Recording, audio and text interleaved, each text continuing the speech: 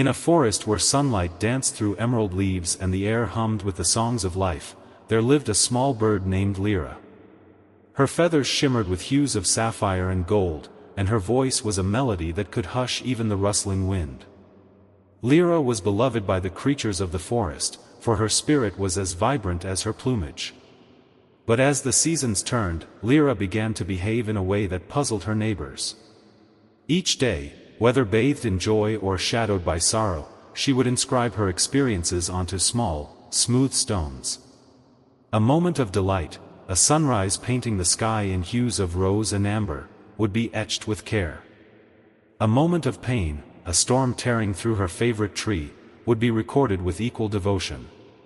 These stones, each a fragment of her life, were tucked into a woven pouch she carried everywhere, tied gently around her neck.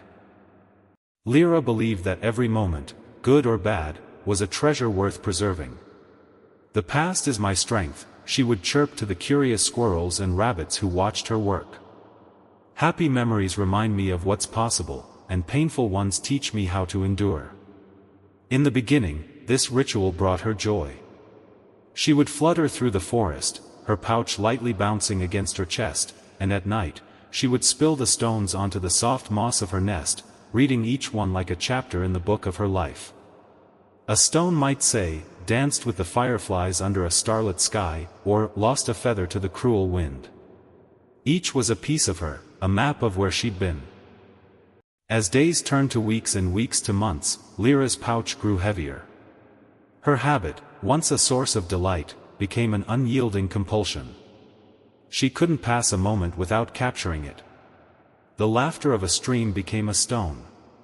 The sting of a hawk's menacing shadow became another. The pouch, once small and manageable, swelled with the weight of countless memories. Yet Lyra refused to let a single stone go. "What if I forget who I am?" she thought. "What if I lose the lessons that make me wise?" So she flew on, her wings straining under the burden, her heart convinced that her collection was her legacy. The forest, once a playground of effortless flight, became a labyrinth of struggle. Lyra's wings, once swift enough to outrace the wind, now faltered. She could no longer soar to the tops of the tallest pines or glide over the meadow where the wildflowers bloomed. Her friends noticed the change. The sparrows no longer saw her darting through the canopy. The deer missed her cheerful songs at dawn. But Lyra, lost in her devotion to the past, pressed on, scribbling on stones and filling her pouch until it bulged, the threads fraying under the strain. One crisp autumn day, as the forest glowed with hues of crimson and gold, Lyra landed on a gnarled branch to rest her aching wings. There, perched in the dappled shade, was an old owl named Eldrin, his amber eyes gleaming with the wisdom of countless winters. His feathers were silvered with age, and his presence carried a quiet authority that made the forest seem to pause in reverence. He tilted his head, studying Lyra's sagging pouch, and spoke in a voice as deep as the roots of the ancient oaks. "Little bird," Eldrin said, "why do you carry such a heavy burden? Your wings tremble, and your eyes are weary. What is in that pouch?" Lyra puffed out her chest, proud yet exhausted. "This pouch holds my life," she replied. "Every joy, every sorrow, every lesson I've learned. These stones are my memories, and they make me who I am." Eldrin's eyes narrowed, his gaze piercing yet kind. "And tell me, Lyra, are you living in this moment, with the sun warming your feathers and the breeze singing your name? Or are you merely carrying the weight of yesterday, letting it steal your flight?" Lyra blinked, her heart fluttering with unease. She didn't understand. "My memories are my strength," she insisted. "They guide me. They teach me." The owl's voice softened, but it carried a weight of truth. "Memories are meant to guide, not to bind. They are stars to navigate by, not chains to drag behind you. If you carry every moment, you leave no room for the present. And without the present, how can you find the future?" Lyra opened her beak to argue, but no words came. She thanked Eldrin politely and took flight, though each beat of her wings felt like a battle. The owl's words echoed in her mind, a faint whisper beneath the clatter of stones in her pouch. She told herself she would think on it later, but for now, she had more moments to capture, more stones to carve. Weeks passed, and the pouch grew heavier still. The thread stretched thin, and stones began to spill, clattering onto the forest floor. Lyra's flights grew shorter, her wings aching with every flap. She could no longer join the dawn chorus or chase the butterflies through the meadow. One stormy day, as rain lashed the forest and thunder rumbled like a warning, Lyra tried to drag her pouch along the ground. Her tiny body, once so light and free, was tethered to the earth. She stumbled, her claws slipping on the wet moss, and the pouch, now a monstrous burden, tipped her backward. The stones poured over her, each one a memory she had cherished, now pressing against her fragile frame. She struggled, her breath shallow, her wings pinned beneath the weight. The forest fell silent, as if mourning her fall. When the rain ceased and the clouds parted, a group of sparrows fluttered down to check on their friend.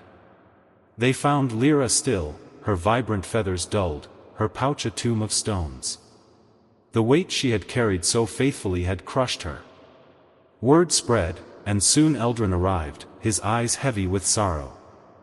He perched beside her, his voice a whisper carried by the wind. "Oh, little bird," he said, "memories are meant to guide us, not to weigh us down. You held on too tightly, and in doing so, you lost the gift of now." The forest creatures gathered, their heads bowed, and they buried Lyra beneath a soft bed of petals, leaving her pouch behind as a reminder. The stones, once so precious to her, were scattered by the wind, returning to the earth from which they came. This story, like a mirror held to our own lives, reflects a truth we often overlook. We, too, collect stones, memories of joy, pain, triumph, and loss. We carry them, believing they define us, that they make us stronger or wiser. But like Lyra, we risk becoming prisoners of our past, weighed down by moments we cannot change. True freedom comes not from clinging to every memory but from letting go, from trusting that the lessons we need will remain in our hearts without chaining us to the ground. Life is not a museum of moments to be preserved in stone. It is a river, ever flowing, ever changing. To live fully is to stand in the current, to feel the water against our skin, to embrace the present without the weight of yesterday pulling us under. We cannot bring back the joys we've lost, nor erase the sorrows we've endured. But we can choose to make today beautiful. We can forgive those who have hurt us, release the regrets that haunt us, and step lightly into the future. So, ask yourself, am I living in the present, or am I still dying in the past? Let go of the stones you carry. Try something new, a kind word, a bold step, a moment of laughter. Build something meaningful, not from the weight of yesterday, but from the possibilities of today. Live with a peaceful heart, and let the wind carry you forward. If this story resonates with you, share it with others who might need its lesson. Spread the message of letting go, of living now. And if you want to hear more stories that inspire and uplift, stay connected, keep moving forward, and embrace each new day with gratitude and hope.